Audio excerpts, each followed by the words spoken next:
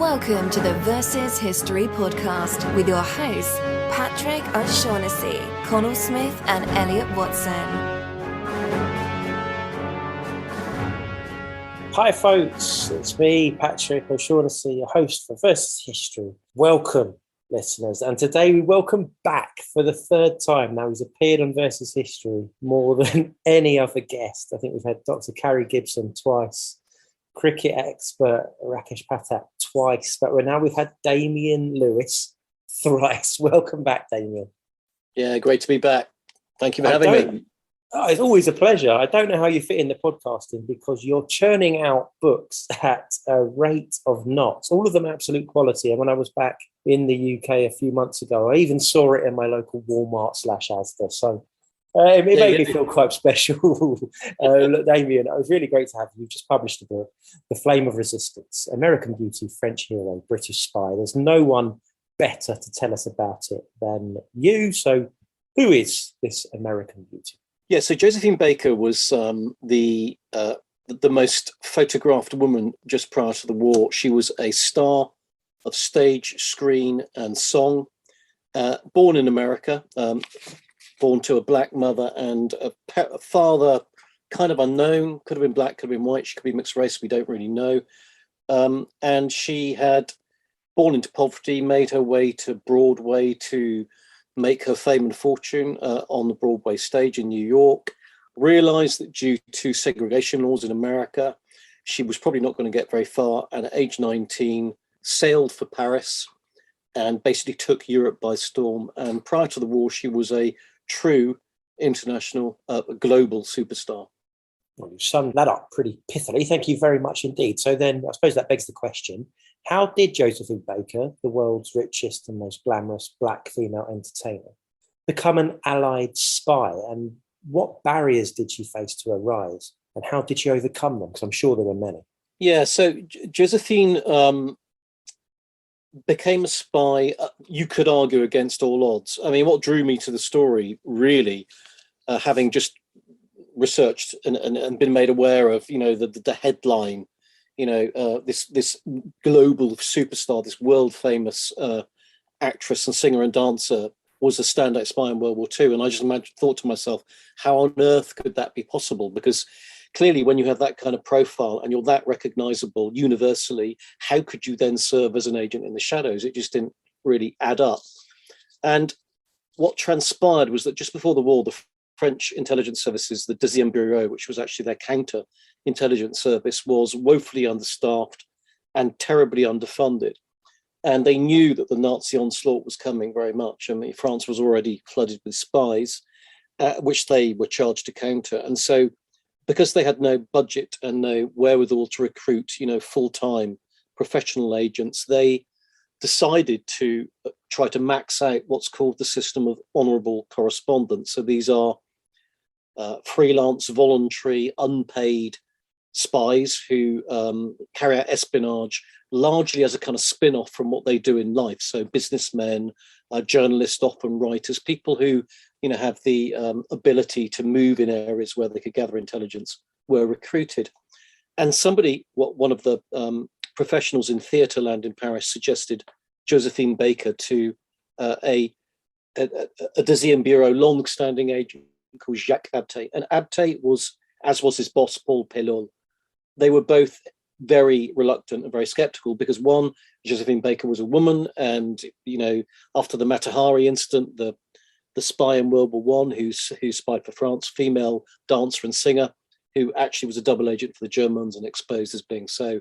After that, they were very reluctant to bring on new female spies, especially those who worked in that field. And secondly, she was just so high profile, and they feared that she would be like those fragile superstars who at the first sign of danger would shatter like glass, was the phrase they used.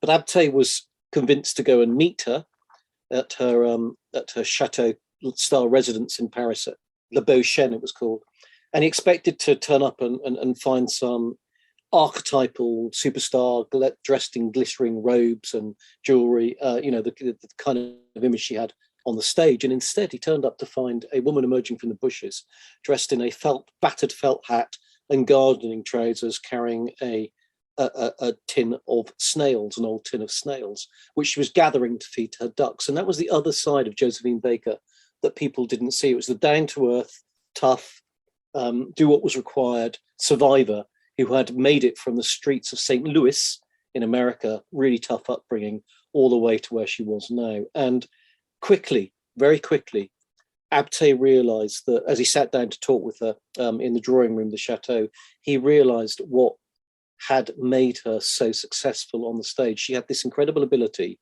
to reach out to and touch her audience, to make every single member feel special, as if she was singing and dancing just for him or her, and to connect.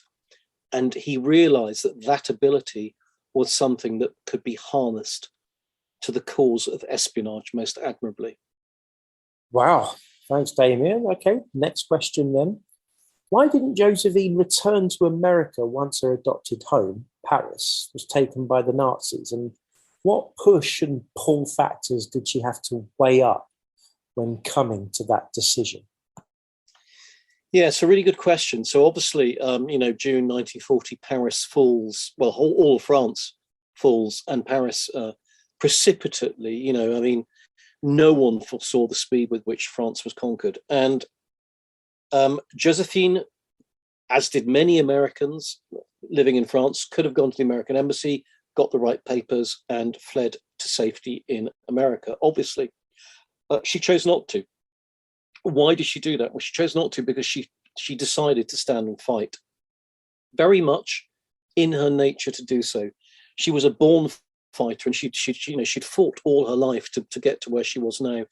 And she realized very much that her adopted home, Paris, had been and France had been taken by Nazi Germany, and Nazi Germany was intent on taking over all of the free world, conquering all of the free world. And if they did so, then the brute credo of Nazism and all it stood for, all the hatred and bile and prejudice emanating from Berlin, would then be extended to everywhere in the world. And that where would then be a sanctuary for Josephine Baker, people like her, or indeed anyone with a belief in freedom and democracy, and that right should prevail. And so she believed that she had no option but to stand and fight.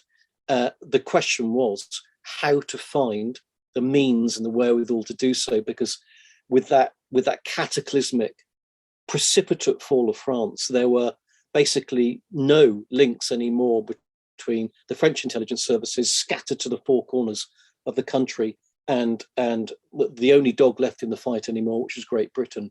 All those links had been severed. Okay, using her stardom as a cloak and her dagger, Josephine worked with a cast of the most extraordinary. Could you tell us about some of these other characters in the story with whom Josephine was involved? Yeah, so her partner in espionage was her initial recruiter and handler, Jacques Abde, who was a long-standing Deuxième Bureau agent, but a fluent German speaker. He'd been brought up in the part of France which borders Germany, and with his blonde hair and kind of distinctly Aryan look, he really could have passed as a German himself, which was an advantage in many situations. He and she became very close. In fact, they became lovers as their wartime work progressed, and they had the most unique, and it has to be said, special relationship throughout the war. Very, very close. But what became key to that relationship, I guess, was that really very quickly, Abde realized how innately gifted Josephine was at the intelligence, the spying game.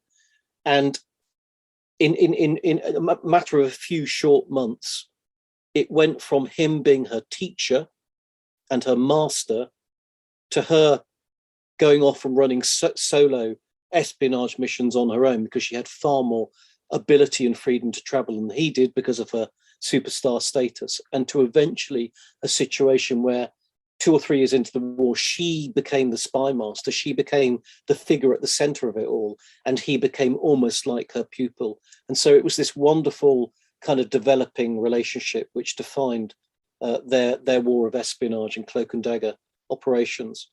And then they worked with another character who it's utterly fascinating, a German who Hans Mussig, who had actually been a Hitler youth diehard in his younger days, and then seen the error of his ways as Nazi Germany really, came to power and showed its true colours, and stole all the money from the local Hitler Youth bank account, eloped to Britain with that money, set up in business in London, was exposed in London for being something of a wanted man, fled to France, was again exposed in France, and then recruited into the French intelligence services, partly by Jacques Abde, who was one of the first people to interrogate him.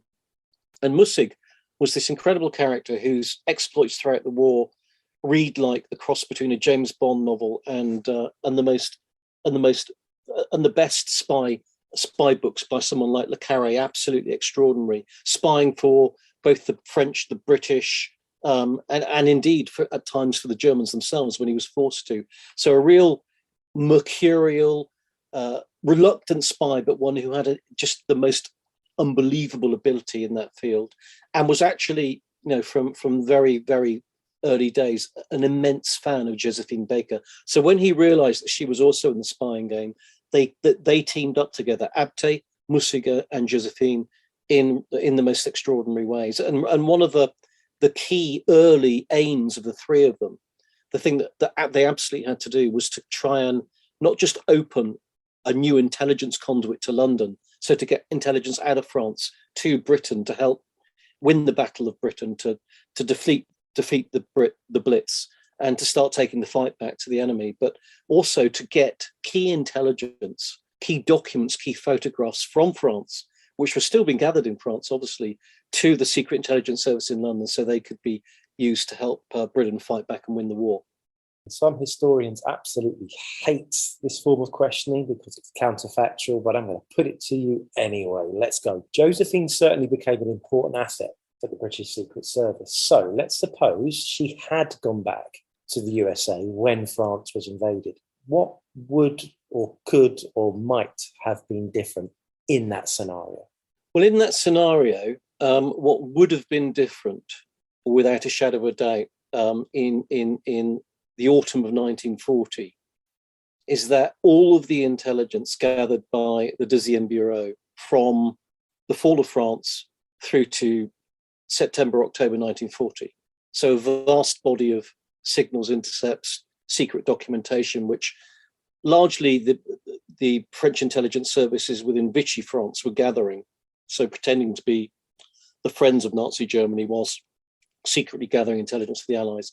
All of that material would never have made it to the UK, because it was Josephine with Jacques Abde who carried it all out of France to Lisbon in Portugal, where the Secret Intelligence Service had a base in the British Embassy, got it to that end point, after which it was flown to Britain under intense security and at great haste.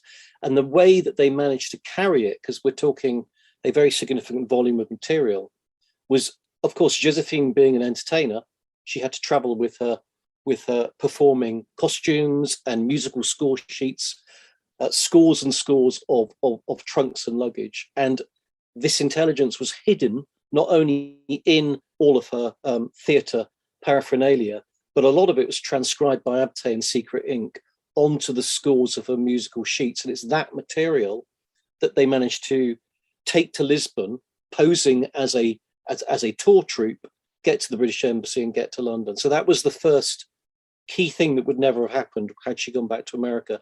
And the second thing is that by doing that, they then re-established the link between the Secret Intelligence Service in London and its French spy master, an amazing character who's front and centre of the book, called Wilfred Biffy Dunderdale, who actually was in one of Ian Fleming's key role models for James Bond after the war. They worked together, Fleming and Dunderdale, during the war. And so Josephine and Jacques Abde were able to re-establish links with Dunderdale, who had been a close working partner of theirs before the war. Dunderdale had run the Paris bureau of the Secret Intelligence Service. They were able to re-establish that intelligence conduit and set it up then between the shadow Vichy French intelligence services and Britain for the rest of the war. So those two things alone, and there was a lot more they went on to do, were absolutely crucial to the fortunes of Britain, and then in the future, our allies, chiefly America. Final question, but it comes in 3 separate parts. Here they are. What was the biggest challenge you faced, Damien, whilst researching this book? What was the greatest surprise that you came across?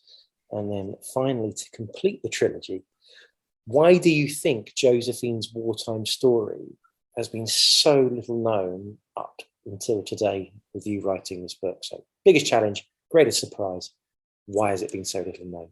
So the greatest challenge, and this was really significant, was the detective work involved. So this was, of course, it was an exercise in telling history, but it felt more to me like a piece of detective work. The reason being that, well, many reasons. First of all, the war pitted Frenchmen against Frenchmen and French women against French women. The reason being that France was divided. There were collaborators, there were resistance fighters and everything in between. And often it was families turned against family. And it was very bitter and very bloody and very difficult at the end of the war. And so many of these difficult, troublesome wartime stories and secrets haven't been told. Perhaps people didn't want them told and are actually still sensitive to this day. That's the first challenge. The second challenge was that because Josephine and her colleagues worked in the field of espionage, so for the French and then the British and then American secret intelligence services, they were expected to say nothing, certainly in France, for 3 decades after the end of their service. So from 1945 for 3 decades onwards, you expected to have a blanket of silence over everything they'd done. And Josephine, of course, died just 3 decades after the end of the war. So sadly, she passed away before that period of her silence could have and would have been broken, if she had broken it at all, because a lot of these agents, of course, chose and still do choose to go to their graves without saying anything. So not a great deal had been said, and certainly very little by Josephine. And a third reason it was so challenging was because what had been said and written had often been written down with hidden agendas, because an awful lot of what Josephine and her colleagues did during the war was on the very boundaries of what was legal. So I'll give you an example. At times they worked with, the French mafia, the Marseille mafia, the North African Casablanca mafia, the mafia in the United States. And indeed, the American government had set up Operation Underworld, where the American government formally, set up an alliance between itself and Lucky Luciano's mafia. So this was not something that, they were doing in isolation, but, all's fair in love and war. But at the end of the war, those kind of activities, often which were not sanctioned by their own government, by the French government, because the French government was in disarray. And a lot of those activities at the end of the war then became very controversial and bordering on suspect. So there were reasons why various, versions of the story had been told, but had been told to deliberately obfuscate what had really taken place. So the really singular challenge was sifting the fact from fiction, unpicking all the layers like an onion to try to get to the core of truth. In terms of what was the greatest surprise, hard question to answer because there were so many. But if I had to put my finger on one, it was the partnership, Josephine and Jacques, and then Jacques Abde also, and their wider network, forged with Lucky Luciano's mafia in North Africa. So what happened was the American government realized fairly early on in the war that the mafia were key to securing, for example, the New York docks from sabotage. There being a large, German American population in the States who did have Nazi sympathies.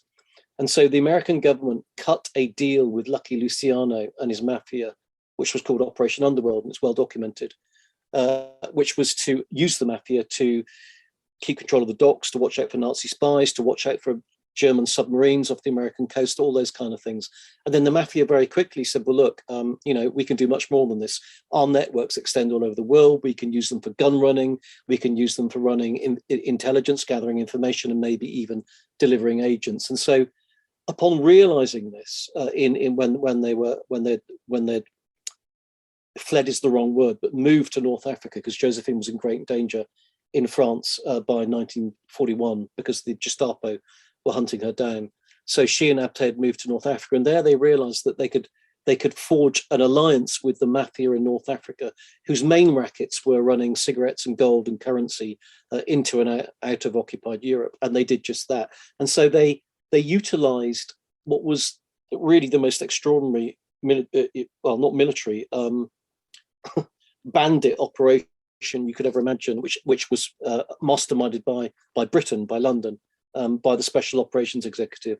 And that was a smuggling fleet run out of Gibraltar, using genuine smugglers, sailing genuine smuggling craft.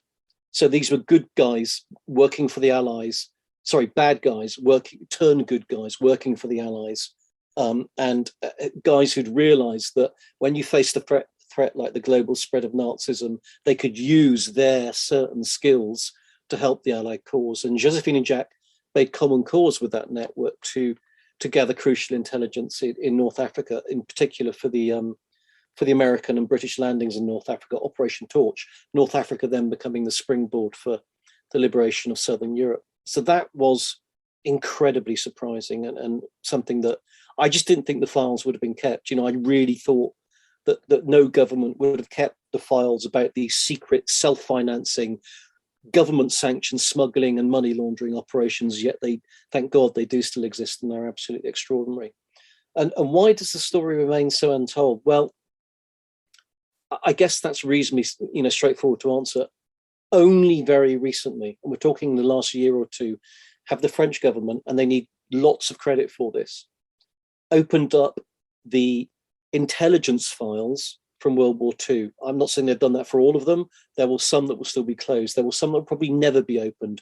But Josephine's files from the Second World War and Jacques Abde's and various other ones have been opened in the last 2 years. And that was absolutely crucial, because that meant that some of the things which otherwise one could not have spoken about and could not have proven and not have substantiated suddenly became very, very clear. For example, Wilfred Biffy Dunderdale, the Secret Intelligence Service spy master's role in the whole story, very clear from those documents.